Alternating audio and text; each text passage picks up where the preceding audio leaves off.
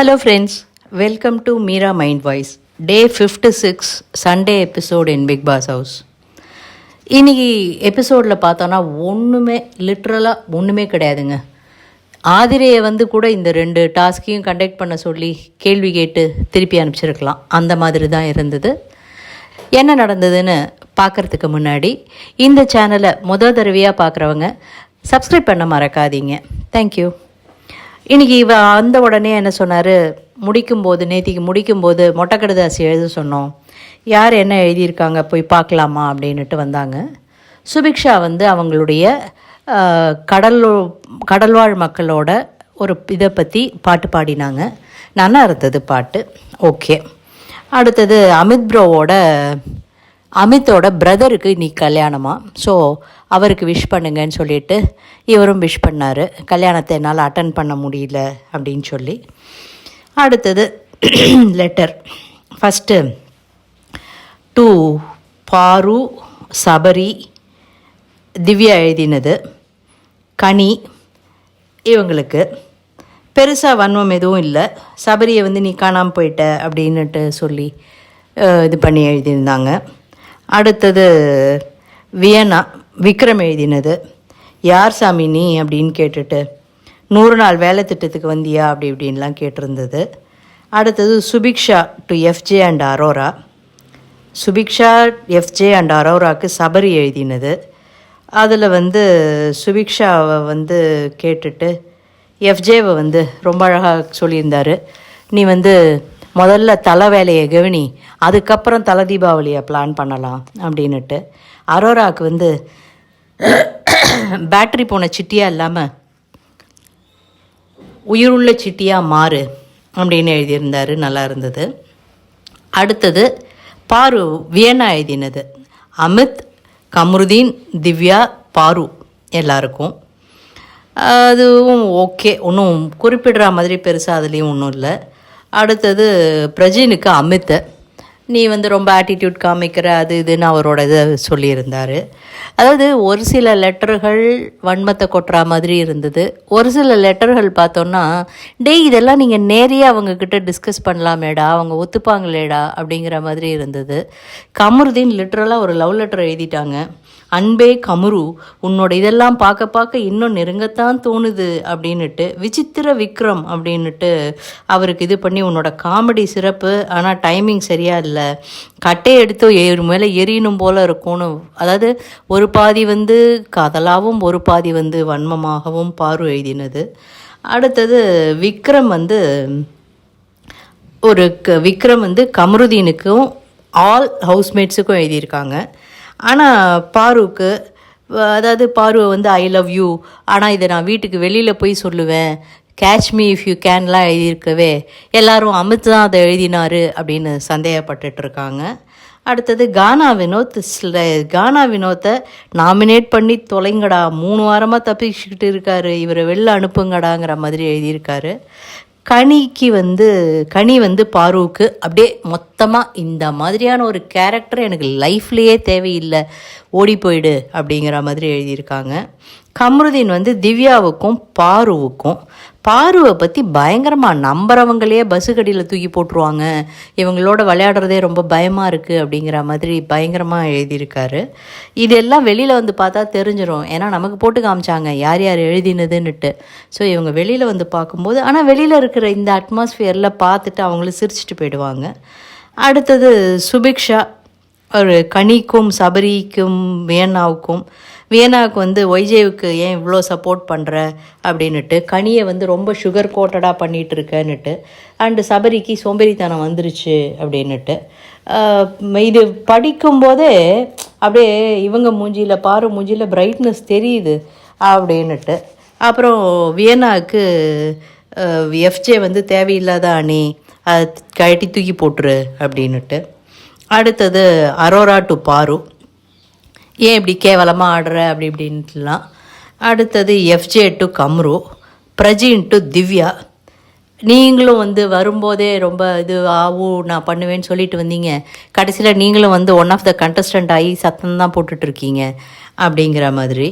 அடுத்தது Ramya to FJ, 2 week வியன்னாவுக்காக எல்லாம் பண்ண, ட்ரெஸ்ஸை காய போட்ட, அது பண்ணணுன்னு, ஏய் படிக்கிறது இல்லை, அந்த ஒரு எமோஷன் இல்லை, இவகிட்ட கொடுங்க, பாருக்கிட்ட கொடுங்க, இப்போ அவங்க எமோஷ்னலாக படிப்பாங்க பாருங்கன்னு அவங்க தனக்குள்ளேயே ஸ்லிப்பர் எடுத்து தேடுறது, சாப்பாடு ஊட்டி விட்டது, நீயும் ஒழுங்காக ஆடு, அவளையும் ஆட விடுன்னு படிக்க, இது தானே, ஓகே முடிஞ்சிச்சு உட்காருங்க அப்படின்ட்டாங்க. அவங்க பண்ணுறது ரொம்ப ரொம்ப ரொம்ப ரொம்ப ஓவர் போர்டாக இருக்குது. அடுத்தது சாண்ட்ரா விக்ரமுக்கு, அதுதான் நேத்திக்கே நம்ம பார்த்தோம், உன்னோட காமெடி சென்ஸே இல்லை, அதுக்கப்புறம் காமெடியை விட உனக்கு சூழ்ச்சிகள் தான் ஜாஸ்தியாக இருக்குது அப்படி இப்படின்னு அவங்க பேசுகிறாங்க. கானா வினோத் திவ்யாவுக்கு, அது படித்த உடனே ஏய் நீ சரியாக படிக்கலன்னே சொல்லிட்டு இருக்க, எல்லாருக்குமே தெரிஞ்சு போய்டுறது கானா வினோத் தான் அப்படின்ட்டு. வினோத்தா அப்படின்னு திவ்யாவே கேட்குறாங்க. பிடிச்சவங்க கிட்ட மட்டும் ஜாலியாக சிரித்து பேசுகிறீங்க, வீட்டில் எந்த விஷயத்துலையும் கலந்துக்க மாட்டேங்கிறீங்க, ஒருத்தர்கிட்ட ஒரு தடவை ஏதாவது சண்டே ஆகிடுச்சுன்னா அதுக்கப்புறம் அவங்கள வன்மமாகவே பார்க்குறீங்க. அதாவது கானா வினோத் கிட்ட கொஞ்சம் ஜாகிரதையாகவே இருக்காங்க. அவர் இது பண்ணுறேன், காமெடி பண்ணுறேங்கிற இதில் சமயத்தில் ஓவர் போர்டு போயிடுறாரு அப்படிங்கிற மாதிரி. அடுத்தது பார்த்தா சாண்ட்ராவுக்கு மொட்டை கடிதாசியே வரல அப்படின்னு அவங்க எழுந்து வருத்தமாக கூற, ஒருவேளை உங்களுக்கு எழுதினா பிரஜின் கண்டுபிடிச்சி அடிச்சிருவாரோன்னு பயமோ அப்படின்ட்டாங்க. இது சொன்னாங்க, உங்களுக்கு தோன்ற கருத்தை சொல்லுங்கள், இதை தான் நாங்கள் வாரம் டாஸ்க்காக வைக்கிறோம். ஸோ ஆனால் அந்த வார்த்தைகளில் மட்டும் கொஞ்சம் டீசன்சி வச்சுக்கோங்க, ரொம்ப ஓவர் போர்ட் போயிடாதீங்க அப்படின்னுட்டு. யார் எழுதினான்னு நீங்கள் இதை கண்டுபிடிக்கிறத விட இதில் உள்ளே இருக்கிற விஷயத்தை அனலைஸ் பண்ணுங்கள், கருத்தை பாருங்கள் அப்படின்னு சொல்லிட்டு, ஒரு குறும்படம் பார்க்கலாமா, எதை பார்க்க விரும்புகிறீங்க அப்படின்னு கேட்டுட்டு, சரி ஏதோ போட போகிறாங்க, வியன்னாவும் எஃப்ஜேவும் பண்ணுற கருமங்களை திரும்ப போட்டால் இப்படிலாம் நம்ம என்னென்னத்தையோ யோசிச்சுட்ருக்க. கடைசியில் பார்த்தா பார்வதி பண்ணின சமையல் முழுக்க போடுறாங்க. அதுக்கு ஹவுஸ்மேட்ஸ் என்னென்ன ரியாக்ஷன் கொடுத்தாங்க அப்படின்னு எல்லாத்தையும் போட்டுட்டு, பார்வதி இது வரைக்கும் வார்த்தைகளில் தான் வன்மம் காட்டிகிட்டு இருந்தாங்க, இப்போ சாப்பாட்டிலையும் வச்சு கொடுத்துட்ருக்காங்க. உங்கள் எல்லாருக்கும் நீங்கள் உயிரோடு இருக்கிறதுக்கு வாழ்த்துக்கள்ங்கிற மாதிரி சொல்லிவிட்டு பிரேக் விட்டார். அடுத்த டாஸ்க்கு, இந்த வீட்டில் யாரோட உங்களுடைய உறவை நீடிக்க விரும்புகிறீர்கள், யாருடைய உறவை துண்டிக்க விரும்புகிறீர்கள் அப்படின்னுட்டு. ஃபஸ்ட்டு ரம்யா வந்தாங்க. கனியை விட்டு நான் விலகி போயிடணும், ஏன்னா இவங்களோட இருந்தேன்னா ஓவர் ஷேடோ ஆகிடுறேன், இவளோட இருந்தீங்கன்னா இவங்களால தான் கேம் விளையாட முடியலன்னு நமக்கு தோணினது. பாருவுக்கு நான் என்னோடய உறவை நான் நீடிக்கணும்னு நினைக்கிறேன்ன உடனே எல்லாருக்குமே வாட் அப்படின்னு கொஞ்சம் லைட்டாக ஐப்ரோஸ் தூக்குற நிமிடமாக இருந்தது. சபரி மூஞ்சியில் இருந்த அந்த பார்வையெல்லாம் பார்த்தா என்ன ஆச்சு அப்படிங்கிற மாதிரி இருந்தது. அடுத்தது திவ்யா பிரஜினோட உறவை நான் நீட்டிக்கணும், எனக்கு ஒரு நல்ல ஒரு சகோதரன், நண்பன், என்னுடைய எல்லாம் கோட்டுவாக இந்த வீட்டில் அவர் இருக்கார்.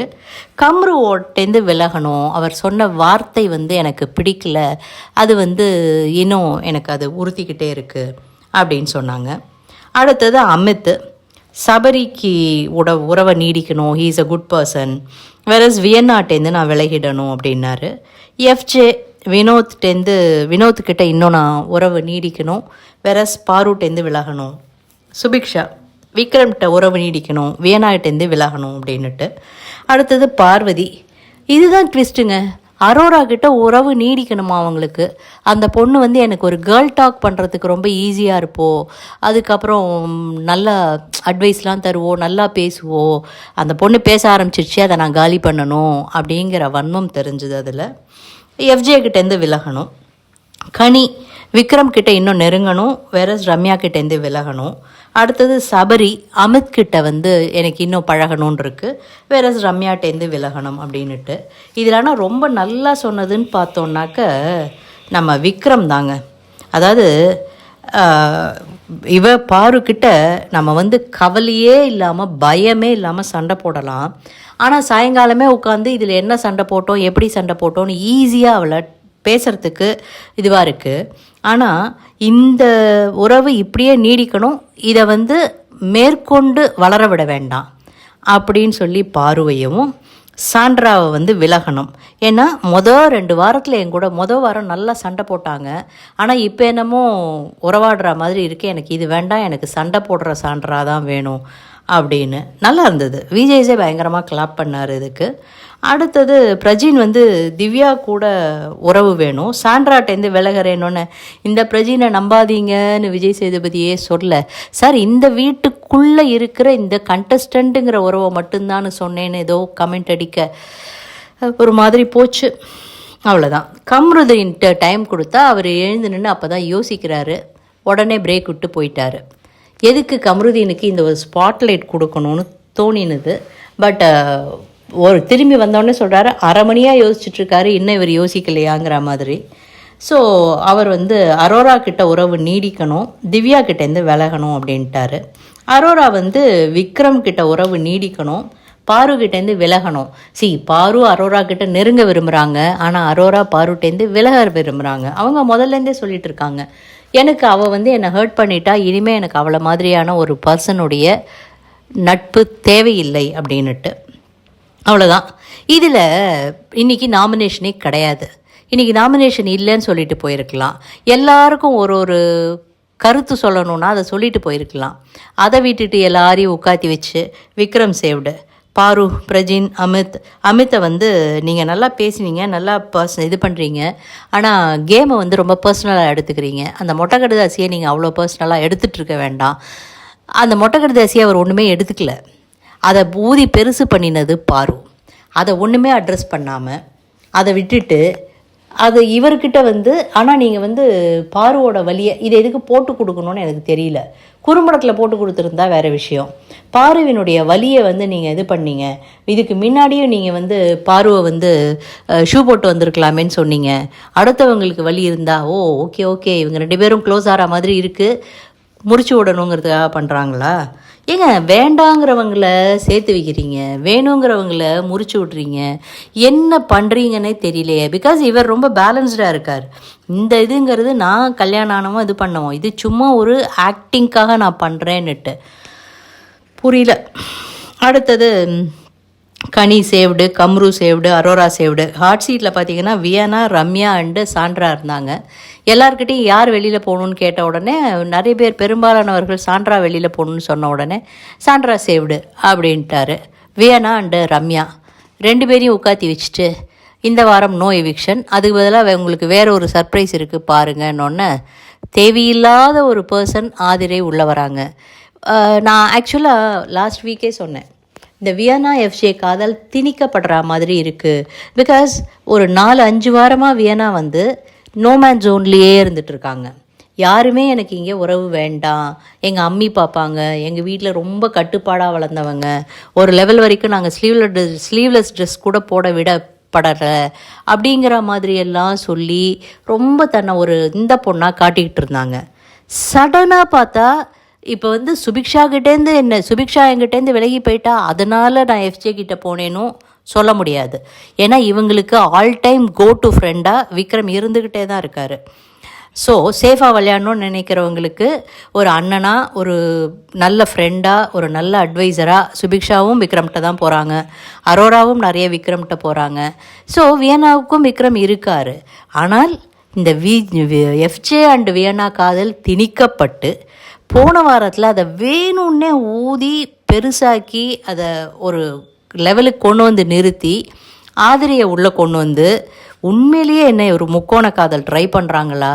எல்லாருமே தெளிவாக இருக்காங்க அங்கே உள்ள, எங்களுக்கு ரிலேஷன்ஷிப் வேண்டான்னு. கனி பேசும்போது எஃப்ஜே சொன்னார், இங்கே ஏதோ ஒன்று நடந்துட்டு போகுது, வெளியில் போய் நான் அதை டேக்கிள் பண்ணிக்கிறேன், பிரச்சனை இல்லைன்னுட்டு.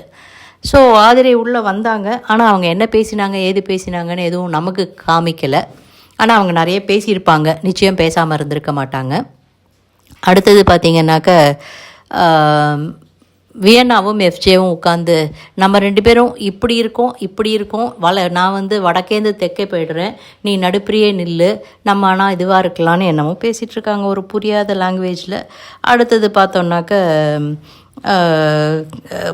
எஃப்ஜே சொல்கிறாரு, நான் முன்னாடி ஆதிரை கிட்ட நோ சொன்னேன், ஆனால் அது வந்து early days, I was very immature.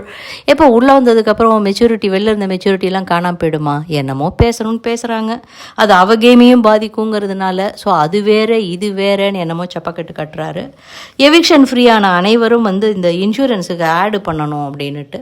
நமக்கு யார் இன்சூர் பண்ண போகிறாங்க, நம்மளுடைய மென்டல் ஹெல்த்தை யார் பாதுகாக்க போகிறாங்கன்னு தெரியல. ஆதிரை வந்ததுனால என்னென்ன விளைவுகள்லாம் நடக்கும்னுட்டு நாளையிலேருந்து பார்ப்போம். இந்த வாரம் மோரலஸ் 3 பேர் இருக்காங்க கேப்டன்ஷிப் டாஸ்கில். யார் வின் பண்ணுறாங்க, யார் இந்த வீட்டு தலையாறாங்க, எதற்காக ரம்யா ஜோ காப்பாற்றப்பட்டு கொண்டே இருக்கிறார். ஏன்னா ஒருத்தர் உள்ளே வர முடியும்னா ஒருத்தர் வெளில போகிறதுக்கு ஒன்றும் பெரிய பிரச்சனை கிடையாது. நேற்றுக்கு வியனாவை வச்சுக்கணுன்னா ரம்யா ஜோ தான் லோவஸ்ட்டில் இருந்தாங்க, அவங்கள அனுப்பிச்சிருக்கலாம், அதற்கான வாய்ப்புகள் நிறைய இருந்தது. இல்லை கனி இந்த வாரம் போவாங்கன்னு நிறைய பேர் கணிச்சாங்க, அந்த மாதிரி கனியை அனுப்பிச்சிருக்கலாம். எதனால் 2 பேரையும் ரீட்டைன் பண்ணியிருக்காங்க, அவங்களுடைய பர்பஸ் என்ன இந்த வீட்டில் தெரியல. பொறுத்திருந்து பார்க்கலாம். இந்த வீடியோ உங்களுக்கு பிடிச்சிருந்ததுன்னா லைக் பண்ணுங்கள், ஷேர் பண்ணுங்கள், சப்ஸ்கிரைப் பண்ண மறக்காதீங்க. தேங்க்யூ.